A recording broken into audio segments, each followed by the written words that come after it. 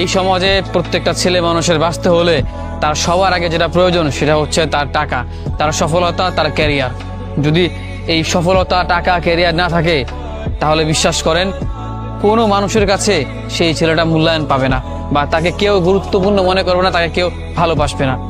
ছেলে মানুষের 18 বছর পেরিয়ে গেলেই তার সফল হওয়া, তার জীবনে উন্নত হওয়া, বা তার ক্যারিয়ার সাজানো, বা তার অনেক অনেক টাকা কামানোটা প্রয়োজন। 18 বছর পার হলে তার সবার আগে যেটা প্রয়োজন সেটা হচ্ছে তার টাকা, তার সুন্দর একটা সুশীল ক্যারিয়ার। এইটা ছাড়া তার কোনো মূল্যায়ন থাকতে পারে না। সবার আগে যেটা প্রয়োজন সেটা হচ্ছে তার টাকা কিংবা তার সফলতা। এই সফলতা, এই টাকা ছাড়া সেই ছেলেটার কোনো মূল্য কারো কাছেই থাকবে না। হয়তো এখন যে মানুষগুলো ভালোবাসে ভালোবাসে বলছে, একটা সময়ের পর গিয়ে এই মানুষগুলোর কাছে আপনি খারাপ হয়ে যাবেন। ছেলে মানুষ মানেই তাকে সফল হতে হবে, তার মানে এই না যে ছেলে মানুষের টাকাই সব। কিন্তু এই বাস্তব সমাজ এইটাই শিখিয়েছে যে সেই ছেলের টাকাই সব।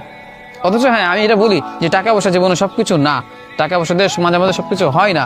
কিন্তু এই বাস্তব সমাজ, এই পৃথিবী, এই মানুষজন, আশপাশের আত্মীয় স্বজন, বন্ধু বান্ধব বা যার কথাই বলো না কেন, সবাই এইটাই বুঝিয়েছে যে ছেলে মানুষ মানে তার টাকা প্রয়োজন, তার টাকা লাগবে, তার সফলতা আনতে হবে বা তার সফল হতে হবে।